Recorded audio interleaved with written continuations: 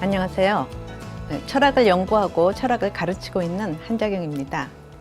길을 가는데 지나가는 사람이 툭 치고 지나가서 어깨가 아팠던 적 간혹 있으시죠? 내게 뜻하지 않게 닥치는 일, 이런 것을 첫 번째 화살이라고 하면 어떤 사람은 그 첫 번째 화살에 이어 두 번째 화살을 맞기도 하고, 또 어떤 사람은 그 두 번째 화살을 피하기도 합니다. 두 번째 화살이 과연 무엇이고 그것을 어떻게 피할 수 있는지, 이 시간에는 그런 문제와 연관해서 불교의 수행의 세계에 대해서 이야기해 보겠습니다.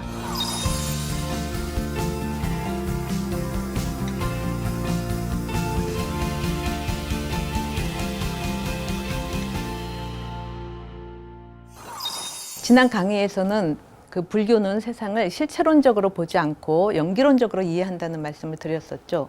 실체론에 따르면 자아는 항상되고 단일한 자기동일적 실체로서 존재하는 것이 됩니다. 그렇지만 연기론에 따르면, 불교 연기론은 자아라는 것이 우리가 또 자아라고 생각해서 집착하는 것이 그런 자기동일적 실체가 아니고 인연이 화합해서 형성된 결과물, 오온 화합물이고, 즉 연기의 산물이다라고 설명을 합니다. 이와 같이 실체론적으로 세계를 보는 것과 연기론적으로 세계를 보는 것의 차이를 잘 보여주는 구절이 있습니다. 석가와 그의 제자 비구가 같이 나누는 대화인데요. 비구는 부딪힘에 대해서 누가 부딪힙니까? 라고 묻습니다. 누가에 해당하는 것이 부딪히는 작자, 나라는 거죠. 그런 자아를 설정하고 묻는 것이죠. 누가 부딪힙니까? 그랬더니 석가는 나는 부딪히는 자가 있다고 말하지 않는다. 만약 내가 부딪히는 자가 있다고 말하면 너는 그렇게 물어야 할 것이다. 그러나 나는 그렇게 말하지 않는다. 무아이니까요. 그렇죠? 실체론적 자아를 부정하는 거죠. 너는 무엇을 인연하여 부딪힘이 있는가? 라고 물어야 한다. 그러면 나는 육입처를 인연으로 해서 부딪힘이 있고, 또 부딪힘을 인연으로 해서 느낌이 있다라고 말한다 라고 이야기합니다. 여기서 부딪힘이라는 것은 나와 세상과의 부딪힘, 길 가다가 누가 툭 치고 지나가는 거, 이 세상이 나를 부딪히는 거고 내가 또 세상과 부딪히는 거죠. 불교에서는 부딪힘을 부딪힐 촉으로 해서 촉이라고 이야기합니다. 촉은 육입처가 있어서 촉이 있고 촉이 있어서 수가 있다, 이렇게 이야기하는 거죠. 그 석가의 제자 비구가 하고 있는 사유는 실체론적 사유라고 할 수 있죠. 부딪힘이 있으면 누가 부딪히냐, 주체를 묻는 거죠. 우리는 또 일상적으로 그런 방식으로 묻죠. 뭐 빨간색이 보인다 그러면은 무엇이 빨간데, 이렇게 묻죠. 어떤 느낌이 있다, 어떤 생각이 있다 그러면 누가 느끼냐, 누가 생각하냐, 이거를 꼭 묻죠. 왜 우리는 일상적으로 왜 그렇게 사유할까요? 우리가 세상을 우리 자신의 인식 틀, 개념 틀에 따라서 보기 때문에 그렇다라고 말씀드릴 수 있습니다. 그러니까 우리의 언어 체계가 주어와 수로로 되어 있죠. X는 Y다, A는 B다, 이런 식이죠. 그러니까 사과는 빨갛다 그러면 사과가 주어고 빨갛다, 수로에 해당하는 거죠. 나는 생각한다 그러면 내가 주어고 생각하는 주체고, 생각한다가 수로에 해당하는 거죠. 그러니까 이런 주어 수로의 언어 구조에 따라서 세상을 보기 때문에 세상은 주어 수로에 상응하는 실체와 속성의 관계로 되어 있다. 그러니까 빨간색이라는 속성을 보면 그것이 속하는 실체, 빨간 것이 존재한다라고 생각하고, 어떤 느낌이나 생각이 떠오르면 그런 느낌이나 생각을 일으키는 자아를 떠올리는 거죠. 실체로서 존재한다라고 생각을 하는 거죠. 그러니까 제자는 실체론적으로 사유하기 때문에 드러나는 현상에 대해서 그것을 일으키는 자가 누구냐, 그 실체를 설정하고 그것을 묻는다라고 말할 수 있겠죠. 반면에 석가는, 불교는 그런 식으로 인식 틀에 따라서 규정되기 이전의 세계, 이전 강연에서 공의 세계 또는 연기의 세계라고 말씀드렸었죠. 그런 존재의 실상을 본다라고 할 수 있겠죠.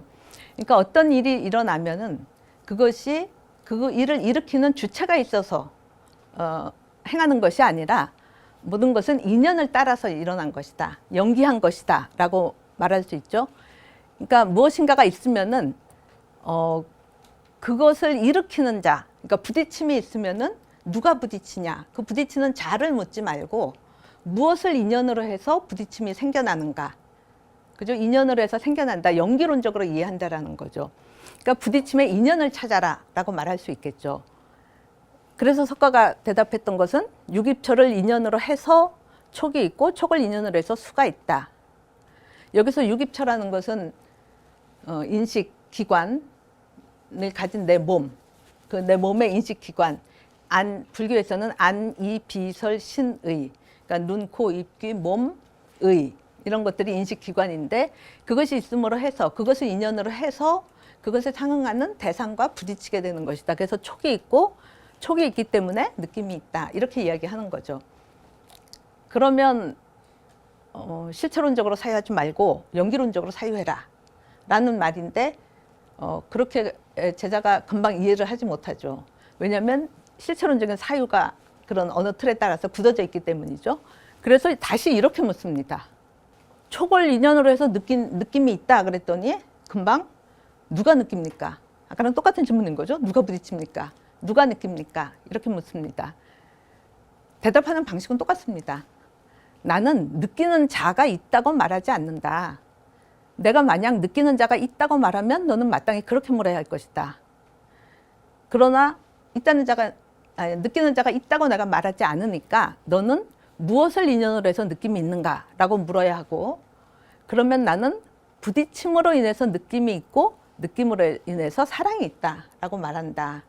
그러니까 느낌에 대해서도 부딪힘에 대해서 부딪히는 자를 묻지 말듯이 느낌에 대해서도 누가 느끼냐라고 묻지 말고 느낌을 일으키는 인연을 물어라라는 거고 부딪힘이 그거라는 거죠. 부딪힘을 인연해서 느낌이 있고 느낌으로 인해서 사랑이 있다. 사랑에 느낌은 수라고 이야기합니다. 그래서 사랑이 있다 이렇게 이야기하는데 제자가 똑같이 또 질문을 합니다. 누가 사랑하는 겁니까? 마찬가지 말인 거죠. 사랑이 있으면 사랑하는 자가 있다. 나는 사랑하는 자가 있다고 말하지 않는다. 내가 그렇게 말했으면 그렇게 묻는 게 타당하지만 나는 사랑하는 자가 있지 않다고 말하니까 그 인연을 물어야 된다. 그럼 사랑은 무엇을 인연으로 해서 생겨나냐?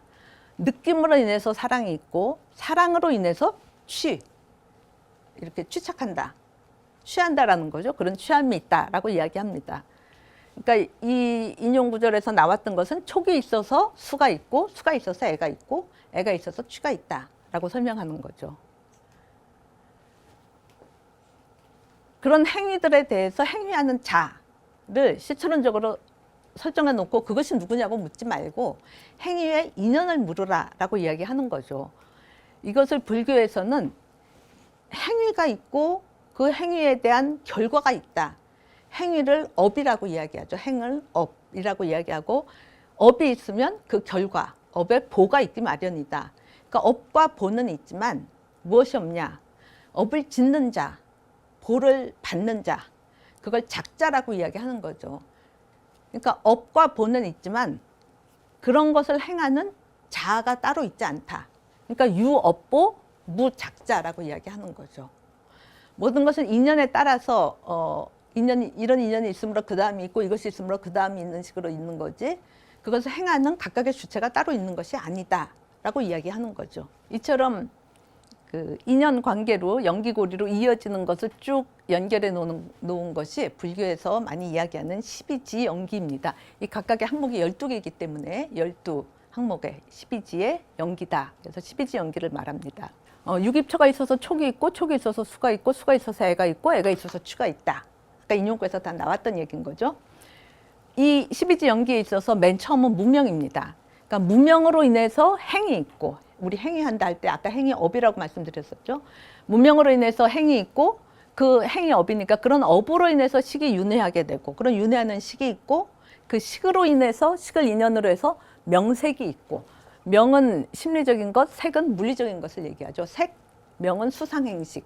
그래서 오온이 있고 라는 말이 되죠.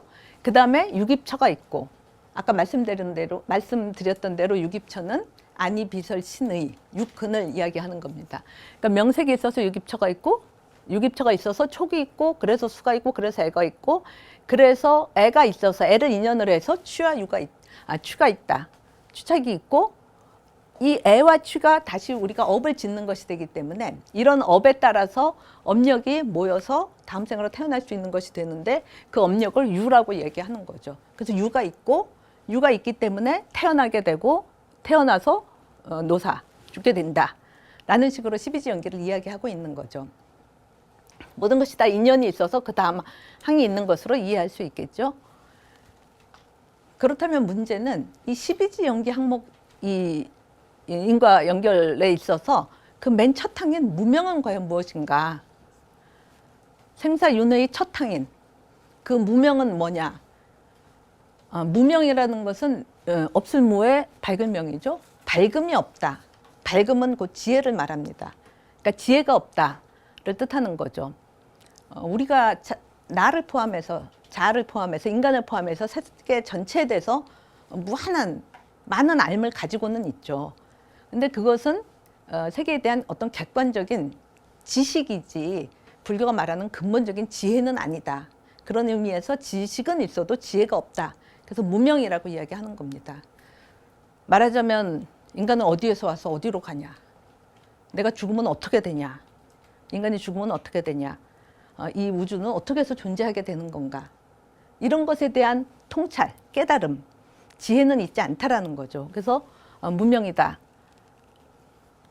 지난 시간에 말씀드렸었던 것처럼 불교에서는 근본적으로 모든 것이 근본에 있어서는 하나다, 불이다 라고 이야기하죠. 나와 너가 다르지 않다 라고 이야기하는데 그래서 무하다 라고 이야기하는데 우리는 일상적으로 나는 나다라는 생각을 갖고 있는 거죠.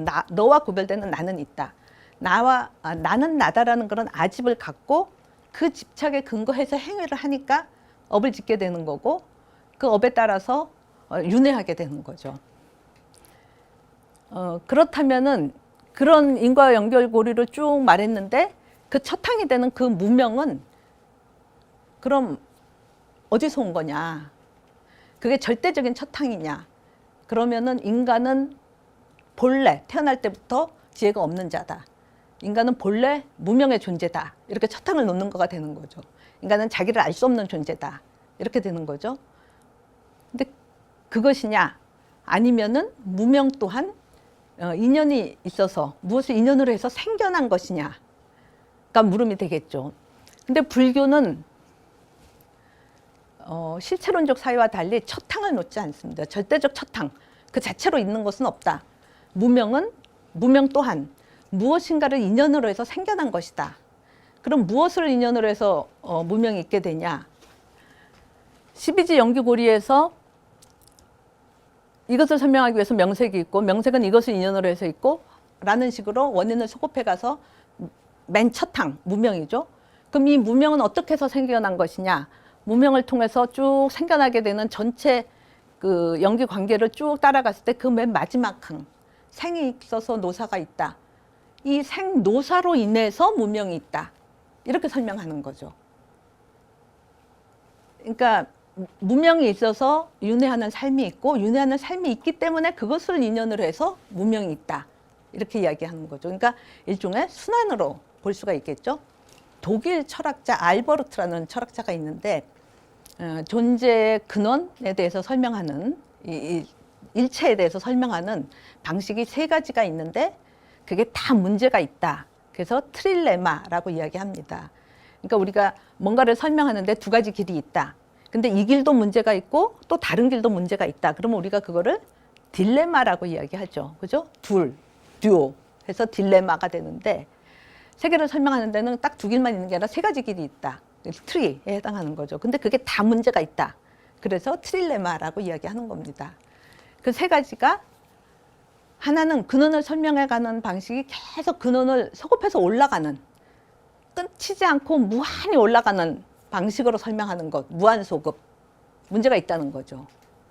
두 번째는 그 무한소급을 끊는 첫 번째 항을 설정하는 것. 그것도 문제가 있다는 겁니다. 독단이라는 문제가 있고 세 번째는 그 원인이 마지막 결과와 맞물려 있다. 아까 12지 연기에서 첫 항이라고 생각한 무명이 결국 마지막 항인 생노사와 연결되어 있다. 그것이 인연으로 해서 생긴다. 그러면 이걸 순환이라고 얘기하죠. 근데 순환도 문제가 있다. 또 다른 방법 생각나나요? 제4의 길?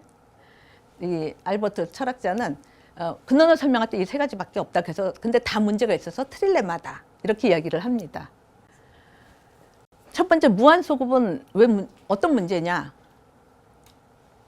애가 자기 엄마한테 엄마 나는 어떻게 해서 존재하는 거야? 아 엄마가 낳지. 그럼 엄마는 어떻게 해서 생겼어? 엄마의 엄마가 낳지. 그럼 그 엄마의 엄마는? 그 엄마의 엄마가 낳지. 계속 그렇게 답한다 그러면 밤에 묻기 시작하면 날이 새도록 대답해도 끝이 없겠죠. 그러니까 애가 시원하게 아 대답이 됐다 이런 느낌을 갖겠어요? 계속 묻게 되는 거죠. 시작이 없는 거죠. 그죠? 이 우주를 설명하는데 오늘의 세계는 어제가 있어서 오늘이 있다. 어제는 그제가 있어서 있다. 이제 시간을 푹푹 건너뛰어서 10억 년 전 너무 많이 뛰었나요? 1억 년 전에 있어서 있는 것은 10억 년 전에 있어서 있다. 10억 년 전은 20억 년 전에 있다. 계속 소급해 올라가면은 시작이 없는 거죠. 시작이 없기 때문에 결국은 그것을 통해서 설명하고자 하는 이 현재도 제대로 설명되지 않는다. 그러니까 무한소급은 문제가 있다. 이 무한소급을 끊기 위해서 실체론적 사유에서 행하는 방식은 뭐냐면은 무한소급을 끊는 첫 탕을 놓는 것입니다. 예. 세계는 어떻게 해서 존재하는가? 아까 말씀드렸던 대로 오늘은 그 이전이 있고 그 이전이 있고 그래서 처음으로 쭉 거슬러 올라가면은 태초가 있다. 이 태초의 그 원인은 무한소급은 이 원인에 대해서 다시 그것의 원인을 되물으니까 무한소급이 되는 거죠. 근데 어딘가에서 처음에는 그것이 스스로 존재하고 그것을 있게 하는 다른 원인을 필요로 하지 않는다. 자기 원인적 존재다. 제1원인이 되는 거죠. 신은, 기독교에서 말하는 신은 자기 원인적 존재이고 그것이 바로 신이다라고 이제 기독교에서 신의 존재를 증명할 때 그런 식으로 논의를 하죠. 그러니까 무한소급을 끊는 첫 탕, 자기 원인, 제1원인이 제1실체, 그게 바로 신이다. 이렇게 이야기함으로써 이제 무한소급을 끊는 첫 탕으로서 신의 존재를 논하는 거가 이제 이런 방식이라고 설명할 수 있겠죠. 그건 이제 창조론에서 이야기하는 거고, 현대 과학에서는 이 우주가 어떻게 해서 존재하는가? 무한히 이렇게 소급해 올라가다가 무한소급으로 빠지는 게 아니라 태초에 빅뱅이 있었다. 여러분 학교에서 그렇게 배웠죠? 태초에 빅뱅이 있었다. 그죠? 빅뱅이 일어나고 나서 거기서부터 에너지가 나오고 그 에너지로부터 원소들이 생기고 원소가 이렇게 화합해 갖고 별들이 생기고 그 별들 중에 하나가 지구고 그 지구 안에서 무생물이었다가 그죠? 물질적인 것으로부터 생겨나니까 거기서부터 또 진화해서 동물이 생겨났고 그 중에 원숭이가 진화해서 인간이 됐다. 이렇게 설명하죠. 빅뱅은 무한소급을 끊는 첫 탕이다라고 말할 수 있겠죠. 근데 그런 식으로 설정되는 첫 탕은 그것을 통해서 그 이후의 것들을 다 설명하죠. 신이 우주를 창조했고 빅뱅이 있었고 그 이후에 이렇게 시간이 흘러간다. 다른 것은 설명하지만 그 첫 탕은 그럼 어떻게 해서 있게 된 거냐? 설명할 수 없는 것으로 남는 거죠. 다른 것을 다 설명하는 그것 자체는 그러니까 신이 우주를 창조했다. 그렇게 답하면은 그걸로 대답이 된 걸로 생각하지. 그럼 그 신은 어떻게 해서 존재하는데? 묻지 않는 거죠. 신을 설명하는 다른 근거가 있지 않는 것으로서 설정해 놓는 거죠. 빅뱅은 어떻게 해서 존재하느냐? 빅뱅을 통해서 우주 과정을 쭉 진화를 설명하지만 그럼 빅뱅은 어떻게 해서 있게 됐느냐? 그 에너지는 어떻게 해서 생겼냐? 묻지 않는 거죠. 그냥 빅뱅에서부터 출발하는 거죠. 그러니까 다른 것을 설명하되 그것 자체는 설명되지 않는 것, 설명되지 않았다라는 의미에서 그거는 근거 없이 설정된 것이다. 그래서 독단이다, 도그마다. 도그마를 우리가 독단이라고 이야기하는 거죠. 문제가 있다라는 거죠. 제1항을 설정하는 것도.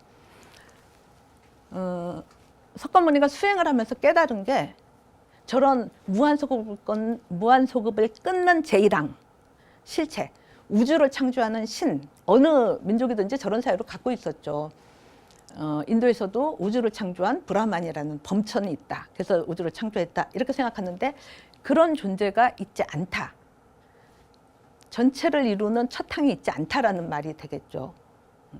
그런 첫 탕을 인정하는 것이 아니기 때문에 무명도 절대적인 출발이 아닌 거죠. 아까 말씀드렸던 것처럼 무명은 연기고리에서 첫 탕이 아니라 인간은 본래 무명의 존재다. 이게 아니라 이 무명은 그 연기고리 안에서 맨 마지막 항 생노사를 인연으로 해서 생겨난 것이다. 이렇게 순환으로 설명하고 있는 거죠. 그럼 순환이 무한소급에 빠지지도 않고 독단에 빠지지도 않는데 왜 문제냐? 우리가 순환적 설명이 이거죠. 닭이 어떻게 돼 있지? 달걀. 알에서 닭이 나오지. 그러면 질문이 금방, 그럼 알은 어떻게 돼 있지? 닭이 났잖아. 그럼 뭔가 설명된 것 같죠? 근데 다시 생각해 보면 설명이 안 된 것 같잖아요. 그냥 다람쥐 쳇바퀴 돌듯이 알에서 닭이 나오고 닭에서 알이 나오고 어떻게 해서 이거가 이루어지는지는 설명되고 있지 않은 거죠. 그런 식의 순환적 설명이 갖는 문제가 있기 때문에 순환도 전체를 설명하는 데 있어서 문제가 있다. 순환이라는 문제가 있다. 그래서 무한소급이나 제1항을 설정하는 독단이나 그거를 배제하는 순환이나 다 문제가 있다. 그래서 트릴레마라고 이야기하는 거죠. 첫 항이 있으므로 다음 항이 있고 그게 있으니까 그 다음 항이 있고 계속 그렇게 되는데 어디에서부터 환멸문이 시작될 수 있는가? 그러니까 만약에 어떤 항이 있어서 그것이 있어서 그 다음 항이 있는 것이 필연적이라면 그리고 그게 모든 12지 연기고리가 전체가 다 그런 식으로 연결되어 있다면 있으니까 그 다음이 있고 있으니까 그 다음이 있고 필연적으로 그렇게 있는 거라면은 벗어날 길이 없겠죠. 어디에선가 어떤 항이 있는데 그 다음으로 꼭 나아가야 되는 것이 아니라 끊을 수 있는 어떤 항이 있는데 그 다음 항은 없을 수도 있는 그런 지점이 있어야지. 그죠?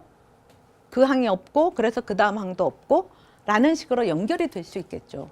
그러니까 12지 연기고리 중에서 그 순환고리를 끊을 수 있는 어떤 지점이 있어야지 환멸문이 시작될 수 있다. 이렇게 말할 수 있겠죠. 12지 연기고리에서 그 순환을 끊을 수 있는 그 첫 지점은 어디인가? 윤회, 악순환을 벗어나는 그래서 환멸문을 시작할 수 있는 그 방식을 불교는 두 가지로 이야기합니다. 12지 연기고리 중에서 지금 이렇게 여기 중간에 생략되어 있죠. 모두 다 12개가 되는데 수에서 애로 넘어갈 때 그 둘의 관계는 수가 있으므로 반드시 애가 있는 것은 아니다. 그러니까 있어도 애는 없을 수 있다. 그러면 여기서부터 없는 게 시작되는 거죠. 그럼 애가 없으면 추가 없고 추가 없으면 유가 없고 유가 없으면 생이 없고 생이 없으면 노사가 없고 그리고 윤회를 벗어날 수 있다라고 이야기하는 거죠. 수에서 애로 이행을 멈출 수 있다라는 거죠. 그런 지점을 말하고 있다라는 거죠. 수에서 애로 이행을 멈춘다라는 것은 인간의 삼독심이라고 이야기하죠. 탐심, 진심, 화내는 마음 진심, 그 다음에 어리석은 마음 치심. 이 탐심과 진심에 의해서 우리가 수에서 애로 넘어가는데 이것이 극복되면은 수에서 애로 넘어가지 않는다라고 이야기하는 것이고요. 그 다음에 또 하나는 저 무명을 벗어나서 명으로 나아갈 수 있다. 그건 치심을 극복하는 거죠. 어리석을 치를 지혜가 없음을 우리가 어리석다라고 이야기하니까 그 치심이 곧 무명이고 그 무명을 넘어서서 명으로 나아가는 것. 그렇게 함으로써 이 12지 연기의 이 순환골이 너머에 설 수 있다라는 거죠. 그러니까 결국 악순환이 아니고 그것을 넘어서는 것. 거기서부터 이 탈출이 가능하고 그것을 넘어설 수 있다라고 이야기한다라는 거죠. 아까 말씀드렸던 겁니다. 악순환을 벗어나는 그 길이 수에서 애로 이행을 멈추는 그 방식은 뭐냐? 나중에 이제 곧 말씀드리겠지만 알아차림의 수행이다라고 이야기하고 말씀드린 대로 그러면은 이행을 멈추기 때문에 점점 항들을 없애 나갈 수 있죠. 그래서 유전문에서 환멸문으로 나아갈 수 있는 거다라고 말할 수 있겠죠. 그 다음에 두 번째 길은 무명을 벗어나서 명으로 나아간다. 그 수행, 그건 어떻게 나가냐? 그거를 인간의 본래적인 성품, 불성, 이거를 자각하고 깨우치고 아는 거다. 그 깨우침이다. 견성을 본다, 견성을 깨우친다라는 의미에서 견성의 수행이다. 그럼 무명에서 명으로 나아간다. 이것은 생멸문에서 진여문으로 나아가는 길이다라고 말할 수 있습니다. 생멸문은 유전이 뭔가가 막 생겨나는 거고, 그죠? 업에 따라서 업력이 막 쌓여가는 거고, 계속 생노사로 이어지는 거죠. 유전문이 생을 설명하는 거라면은 생멸문의 멸은 환멸문을 말하는 거다라고 볼 수 있죠. 그러니까 생멸문과 환멸문, 아니요, 유전문과 환멸문, 그 둘을 합한 생멸문 넘어서 진여심, 인간의 본심, 부처의 마음, 그리로 나아가는 것을 진여문이라고 이야기합니다. 그러니까 그리로 나아가면은 무명을 깨고 무명에서 벗어나서 명으로 명의 자리에 자기가 서게 되는 거고, 그렇게 함으로써 생사윤회를 벗어난다 라고 말하고 있는 거죠. 그러니까 이제 두 가지 길을 이야기하고 있는데, 오늘 수행의 세계 여기서는 이제 순서대로 말씀드리겠습니다. 예, 그 첫 번째 길이 말씀드린 대로 유전문에서 환멸문으로 나아가는 건데, 부딪힘 촉으로 인해서 느낌이 있고, 느낌에서 애로 나아가지 않는 거다 그랬죠. 그럼 이제 느낌이 뭐냐? 불교가 이 세상에 태어나서 세상과 접하면서 처음 갖게 되는 것은 뭐 세상에 대한 어떤 인식이다 이렇게 이야기하는 게 아니라 느낌이라고 이야기하는 거죠. 애가 태어나면 막 울잖아요. 괴로운 느낌이 있기 때문에 그런 거죠. 그러니까 세상과 부딪혀서 촉하게 되면 곧 느낌이 일어나게 되는 거죠. 근데 느낌이라는 것은 육입처로 인해서 촉이 있고 그다음에 수가 있다 이렇게 말씀드렸었죠. 그 느낌이란 것은 육입처인 이 내 몸, 육근, 그죠? 육근, 육입처가 곧 육근이기 때문에 그 육근과 그것에 상하는 대상, 육경, 세상이 되겠죠. 나와 세계. 이거가 서로 촉함으로써, 부딪힘으로써 생겨나는 것이 느낌이다. 그죠? 그래서 촉을 연해서 수가 있다. 느낌 수가 있다. 이렇게 말할 수 있겠죠. 근데 나한테 이렇게 부딪혀오는 대상이 나에게, 나의 상태에 잘 맞아 들어가는 거면 그걸 수순한다라고 얘기하죠. 이렇게 어긋나지 않고 잘 맞아 들어가면 내가 느낌이 어떻겠어요? 기분이 좋겠죠? 느낌이 좋은 거죠. 즐거운 거죠. 그래서 즐거운 느낌을 갖게 된다. 그거를 즐거울 락자를 써서 락수라고 이야기하고, 이 경계가 나한테 거스르는 거면은, 역하는 거면은, 그죠? 그럴 경우에는 내가 당연히 괴로운 느낌을 갖게 되겠죠. 뭔가 불쾌한, 편안하지 않는 느낌을 갖게 되겠죠. 그런 괴로운 느낌을 고수라고 이야기하죠. 괴로운 느낌이다. 고수다. 그리고 락도 아니고 고도 아닌 느낌을 비고 비락의 느낌을 사수 이렇게 이야기하는 거죠. 근데 우리 일반 범부는 락수를 느끼면 당연히 그것을 좋아하게 되죠. 뭔가가 나한테 기분 좋게 다가오면 우리가 그걸 당연히 좋아하게 돼 있잖아요. 그죠? 락수를 느끼면 그것에 대한 애착을 가지게 되는 거죠. 애가 생겨나게 되는 거고. 뭔가 괴로운 느낌이 일어나면 저 사람을 딱 봤는데 내 느낌이 괴로워. 그럼 내가 저 사람을 싫어하게 되겠죠. 딱 봤는데 느낌이 너무 좋아. 즐거워. 그럼 당연히 좋아하게 되겠죠. 그러니까 고수에서 싫어하는 마음, 락수를 느끼면은 좋아하는 마음으로 당연히 가는 걸로 우리는 생각을 한다라는 거죠. 그죠? 뭐 필연적으로 그럴 수밖에 없는 거다. 인간의 본래 본능적으로 그렇다라고 생각하면서. 그래서 락수에 대해서는 애를 느끼고 나한테 고수를 주는 것에 대해서는 증을 느낀다. 애증이라고 우리가 이야기하죠. 그 애증을 여기 대표적으로 애라고 이야기해 놓은 것입니다. 우리가 느낌이 있으면 뭐 모조리 다 사랑하는 게 아니라, 그죠? 고수에 대해서 우리가 사랑하지 않죠. 이게 분별이 생겨나는 거죠. 애증. 그 다음에 내가 사랑하는 거면 내가 그걸 가지려고 하는 거죠. 취하려고 하는 거. 막 거기에 집착을 하는 거죠. 취착을 하는 거죠. 그 다음에 내가 싫어하는 거. 나한테 불쾌한 느낌을 주는 거 나는 싫어. 그럼 뭐예요? 버리려고 하고 던지려고 하고. 그죠? 가까이 안 하려고 하는 거죠. 그래서 취사. 취하냐 버리냐. 우리 취사 선택한다라고 이야기하죠. 이거를 합해서 취라고 이야기해 놓은 겁니다. 근데 우리 일반 범부는 저 수에서부터 애취로 넘어가는 거는 그냥 당연히 본능적으로 필연적으로 규결될 수밖에 없다. 이렇게 생각을 하는데, 예, 탐심과 진심에 이끌리는 범부는 수에서 애로 자동적으로 이행해가면서 그 연결이 필연적이다라고 생각을 하는데, 수행자는 수에서 애로 자동 이행하지 않는다라는 거죠. 그것을 잘 보여주는 것이 두 번째 화살의 비유입니다.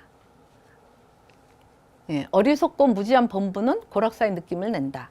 지혜롭고 거룩한 제자도, 그러니까 수행자도 고락사의 느낌을 낸다. 고락사의 느낌, 이 몸의 느낌, 뭐가 탁 부딪히면 아픈 느낌. 이거는 수행자든 범부든 똑같이 느낀다라는 거죠. 그럼 범부와 수행자의 차이는 뭐냐? 이제부터 설명하는 거죠. 어리석고 무지한 범부는 몸에 촉으로 느낌이 생기고, 그래서 그게 막 아파. 목숨까지 빼앗길 정도가 돼. 그럼 막 슬퍼하고 원망하고 울부짖고 통곡하면서 마음에 광란이 일어난다. 그죠? 날 막 괴롭혀. 그럼 막 싫고 밉고 막 화가 나고 막 마음에 광란이 일어서 저 사람을 어떻게 내가 할 것인가 막 이렇게 생각하게 되고 그렇게 된다는 거죠. 이것은 두 가지 느낌을 증장시키는 것이니 앞에 거는 신수, 뒤에 것은 심수라고 이야기하는 거죠. 맞아 보기로 하죠. 예, 비유하면은 두 개의 독화살에 맞은 것과 같다. 밝게 알지 못하기 때문에 락수의 촉으로 인해서 락수를 받으면, 그죠? 촉에 의해서 락수가 일어나면 탐욕의 사자의 부림을 받고, 그래서 사수가 생기면 어리석음의 사자의 부림을 받고, 그래서 탐진치에 매여서 생로병사 및 슬픔과 번뇌에 매이게 된다. 그게 범부라면은, 반면 지혜로운 거룩한 제자는, 수행자는 몸의 촉으로 인해서 고수가 생기고 큰 고통에 닥쳐서 목숨까지 빼앗기게 돼도 그냥 그거로 끝이라는 거죠. 몸의 느낌이 있으면 그것으로 끝이다. 슬퍼하고 원망하거나 울부짖고 통곡하며 마음의 광란을 일으키지 않는다. 누가 나를 탁 치고 지나가도 연기론의 인적으로 늘 사유해와. 뭐 그럴 만한 이유가 있겠지. 뭐 우연히 뭐 길이 좁아서 쳤다든가 아니면은 뭐 무슨 어떤 인연에 의해서 저 사람이 지금 화가 났기 때문에 괜히 막 치고 다니면서 날 쳤겠지. 뭐 이런 식으로 자기 자신에게 두 번째 화살은 쏘지 않는다라는 거죠. 정리해 보면 제1화살은 이 인용에서는 몸의 느낌이라고 이야기하는 거고 제2 화살은 마음의 느낌이다 구분해 놨던 거죠. 근데 여기서 말하는 마음의 마음의 느낌이라는 것은 그러니까 심수, 마음심의 느낌수, 심수는 탐진치에 의해서 일어나는 것이고 내가 일으키는 것이기 때문에 이미 그 번뇌에 의해서 일으켜진 것이기 때문에 일종의 업이다라는 거죠. 그러니까 12지 연기고리로 치면은 수가 아니라 12지 연기고리에서 수는 신수를 말하는 것이고 그 다음에 애는 그죠? 좋아하는 애증의 애는 마음의 느낌. 여기서 말하는 두 번째 화살, 마음의 느낌에 해당하는 거다라고 생각할 수 있는 거죠.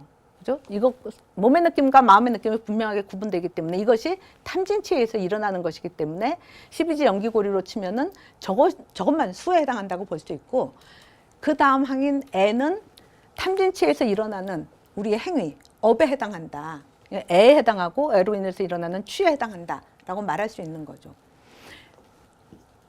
그렇게 보면은 범부는 몸의 느낌이 있으면 수가 있으면 그대로 애로 나아간다고 볼 수 있지만 그러니까 수에서 애로 자동 이행해 가지만 그죠? 필연적인 연결고리라고 생각하면서 그런 방식으로 사는 거죠. 그러니까 닥치면 그대로 또 그 번뇌에 따라서 업을 짓고 그죠? 그래서 수에서 애로 자동 이행해 가지만 수행자는 여기에서 끊고 이행해 가지 않는다. 불교에서 보면은 아까 말씀드렸던 거죠. 촉수에서 애로 넘어갈 때 여기까지는 수동적인 보이고 그냥 나한테 들이닥치는 거고, 그죠? 그 다음에 애로 넘어가면서 우리가 능동적인 업을 짓는 거다라고 말할 수 있는데 탐진치에 의해서 일어나는 것이기 때문에 업인데 이 이행은 막을 수 있다라는 거죠. 그러니까 필연적인 그 이행이 아니다, 필연적인 순환이 아니다라고 말할 수 있고 이제 막는 자가 수행자고 못 막고 그냥 이행해 가는 것이 범부다. 그럼 어떻게 막을 수 있냐? 예, 불교에서는 사념처관을 이야기하고 있습니다. 수행 방법으로 사념처관을 이야기하는데 네 가지 염처라는 것은 그러니까 잘 알아차려야 할 곳, 그죠? 생각념, 때처자, 뭐 장소 처자를 써서 염처. 그것을 잘 관한다. 그걸 이제 사념처관이라고 이야기하는데 어떤 네 가지냐? 신념처, 신수, 신법이라고 이야기합니다. 그러니까 신념처, 수념처, 심념처, 법념처 이 네 가지 염처를 잘 관하는 것. 관한다라는 건 있는 그대로를 알아차린다. 그래서 저기에 염처의 염이 사띠에 해당하고 알아차린다라는 거죠. 그냥 그거를 알아차리지 않고 거기에 막 휩쓸려 가는 게 아니라 우리가 알아차리려면은 멈추고 잘 봐야 되는 거죠. 그런 그 환멸문의 끝은 과연 무엇이냐? 다 없애나가요. 반야심경에 나오죠. 무, 색, 무수상행식. 색수상행식은 이 인연 연기고리에서 보면은 명색이 아까 이게 오온이라고 말씀드렸었죠. 수상행식이 오온인 거죠. 쭉 없애나가니까 명색도 없고, 환멸문에 따르면 이것도 없고, 그 다음에 명색이 없으니까 유깁처도 없고, 무아니 비설신이 육근이라고 말씀드렸었죠. 무아니 비설신이 육입처도 없고 육근도 없고, 그럼 이것에 상응해서 나타나는 육경도 없고, 그러니까 무색성향미촉법, 그죠? 그 다음에 근과 경이 화합해서 일어나는 식도 없다. 무안계 내지 무의식계, 그러니까 무안식, 안식, 이식, 비식, 설식, 신식, 의식, 이거가 다 없다. 그죠? 그러니까 식도 없다, 육식도 없다. 다 없게 된다라는 거죠. 그럼 환멸문의 끝은 아무것도 없다. 그냥 끝이다. 단멸한다. 그럼 불교는 윤회를 멈추고 아무것도 없는 그냥 정멸에 빠지는, 공에 빠지는, 그게 불교의 수행의 결과인가? 이런 질문을 던질 수 있겠죠. 그러니까 불교가 악취공에 빠지는 단멸론인가? 이렇게 물을 수 있겠죠. 만약에 인간의 마음이 근과 경의 화합으로 일어나는 육식으로 끝이라면은, 다 없어지면은 뭐 느끼는 자도 없으니까 그냥 다 끝나게 되겠죠. 그럼 정멸이다. 그냥 공이다. 아무것도 없다. 이렇게 되겠죠. 근데 불교가 수행을 할 때는 그런 정멸 열반, 공회로 끝나고자 해서, 그러니까 지향하는, 불교의 수행에 지향하는 것이 정멸 열반, 공, 그거 자체가 아니라는 거죠. 불교의 수행이 지향하는 것은 그런 정멸해진 그런 열반, 그런 공을 그 상태에서 깨닫는 자가 없는 게 아니라 그런 공을 자기 마음의 경지로 아는 그 부처가 되는 게 수행의 목표다, 이렇게 얘기하죠. 그러니까 아무것도 없게 되는 거가 아니라 그 없는 그 상태를 자기 마음의 경지로 알아차리고 있는 그런 부처, 그런 자를 우리가 부처라고 얘기하는 거죠. 그죠? 본부와 달리 그 부처다라고 이야기하는데, 그런 마음의 경지를 갖는 그 부처가 되는 게 우리의 수행의 목표다. 그래서 두 번째 길은 생멸문에서 진여문으로 나아가는 것이다. 저 두 가지 문은 대승기신론에서, 대승기신론의 1심 2문을 말하는데 그 2문이 생멸문과 진여문인 거죠. 이때의 생멸문은 앞에서 말씀드린 유전문과 환멸문을 포괄해서 이야기하는 거고, 진여문은 그거 생멸 차원을 넘어서는 불생불멸의 마음으로 나가는 것이 진여문이다, 이렇게 이야기할 수 있는데, 비유적으로 말하면은 이렇게 흰 종이에다가 우리가 그림을 막 그려 나간다, 뭔가를 막 만들어 나가는 거죠. 이게 뭐에 해당해요? 유전문에 해당한다고 볼 수 있겠죠. 그림을 막 업에 따라서 뭔가를 막 만들고 그리고 해서 막 복잡해져서 도화지를 꽉 채울 정도로 막 그렸다. 뭐가 꽉 차 있는 거죠. 유전문에 따라서 이기는 거죠. 환멸문은 뭐냐면은 그려 나가지 않고 지워 나가는 거죠. 그러니까 우리가 끝없이 그림 그려 나가면서 생사윤회하는 걸로 끝인 게 아니라 이거를 지워 나갈 수 있다. 환멸시킬 수 있다. 그림을 지워 나가는 거다. 이게 이제 환멸문이라면은, 진여문은 뭐냐면은, 진여심이라는 건 뭐냐면은 빈 종이 아무것도 안 그려져 있는 거죠. 정멸 상태인 거죠. 그거를 스스로 자기로 아는 그 마음이 바로 부처의 마음이다. 그래서 그게 진여심이다, 이렇게 이야기할 수 있는 거죠. 그러니까 종이 위에 그려지고 지워지는 것, 그거는 상이라고 이야기할 수 있고, 그렇죠? 모양, 상인 거죠. 드러나는 모습인 거고, 그거는 생멸하는 거죠. 인연에 따라서. 진여심은 뭐냐면은 그 그림의 바탕이 되는 것, 빈 종이와 마찬가지인 거죠. 부처의 마음은 말씀드린 대로 생멸 차원에 있는 것이 아니라 불생불멸의 마음이라고 했었죠. 그렇기 때문에 환멸문의 차원으로 뭐를 없애나감으로써 비로소 만들어지는 마음은 아니다라는 거죠. 그러니까 그 이야기는 종이 위에 그림을 그렸다가 지우면은 그 지우기 때문에 빈 바탕에 종이가 만들어지는 것이 아닌 거죠. 그림을 그리든 지우든 생하든 멸하든, 그죠? 종이는 있는 거죠. 그러니까 부처의 마음이라는 것은 그림과 상관없이, 그려지거나 지워지거나 상관없이 그림이 그려져도 종이 위에 그려지는 것이니까, 그죠? 항상 그 바탕에 있는 것이다. 그러니까 종이 위에 상으로 그림을 그리고 유전하고 환멸하고 하는 그 중생의 삶 안에 바탕으로 깔려 있는 거다. 그게 부처의 마음이다. 그러니까 부처의 마음은 수행을 통해서 비로소 되는 것이 아니라 수행을 하려고 마음을 일으키는 것 자체가 이 진여심이 있어서 진여가 수행을 하게끔 하는 것이고, 이 자기 자신을 자각을 하라고, 부처의 마음을 자각을 하라고. 그렇기 때문에 이 부처의 마음은 수행을 통해서 비로소 만들어지는 것이 아니라, 그러니까 부처가 비로소 되는 게 아니라 중생은 이미 그 마음 안에 부처의 마음을 가지고 있다. 그래서 중생이 본래 부처다. 이렇게 이야기할 수 있다라는 거죠. 그러니까 중생이 곧 부처다라고 말할 수 있는 거죠. 부처가 아니면은, 부처의 마음이 우리한테 없으면 그런 마음을 우리가 가질 수가 없다라는 거죠. 그거를 잘 보여주는 것이 이 대화입니다. 마조 도일이 전법원에서 매일 좌선을 열심히 하고 있었어요. 남학회양이 그가 법기임을, 이제 큰 인물이 될 거라는 걸 직감을 하고서는 물었습니다. 대덕은 좌선을 해서 도대체 무엇을 하려 하오? 그랬더니 도일이 부처가 되려고 합니다. 그랬더니 회양이 뭐 어떠고 저쩌고 말하지 않고, 이게 이제 선사상인 거죠.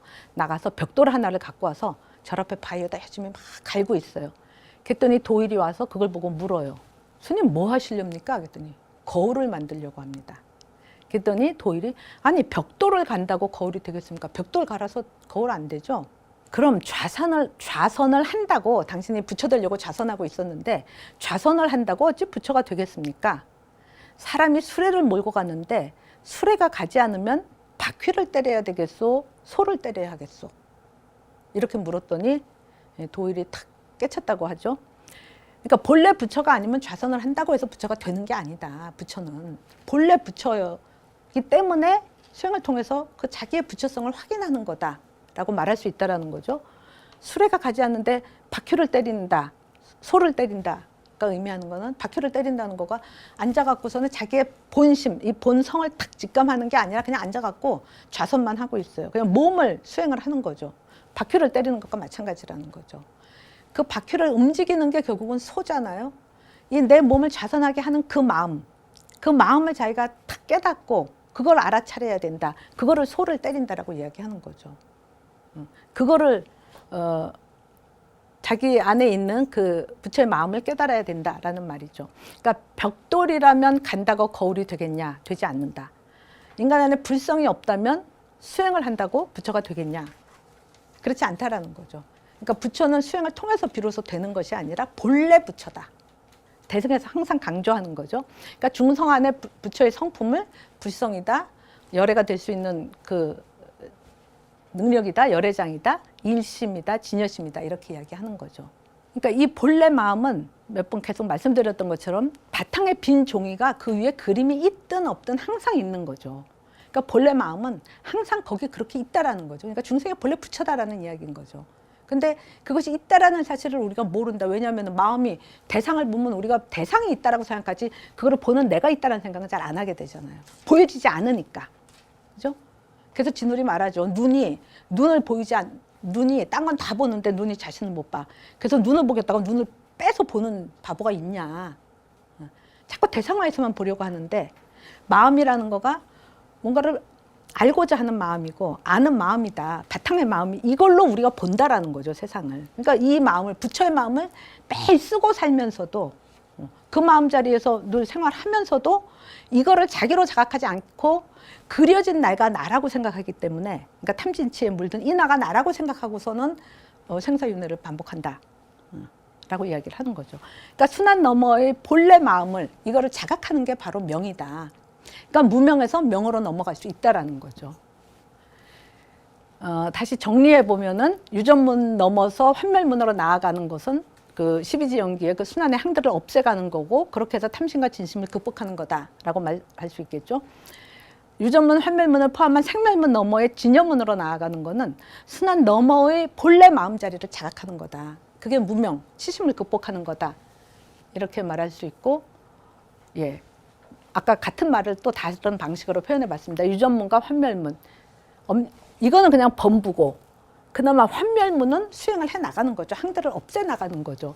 그래서 윤회를 벗어나려고 하는 건데, 생멸문에 해당하는 거고, 부처는 어디 있냐? 생멸문 너머에, 순환 너머에 본래 마음자리로 있는 거다. 부처의 마음은 중생 안에 이미 부처의 마음으로, 자기의 본성으로 불성, 깨달을 수 있는 그 자로서 존재한다. 그래서 생멸문 넘어 진여문으로 나가는 거는 순환 넘어 본래 마음자리로 직행하는 거다. 이렇게 이야기할 수 있겠죠.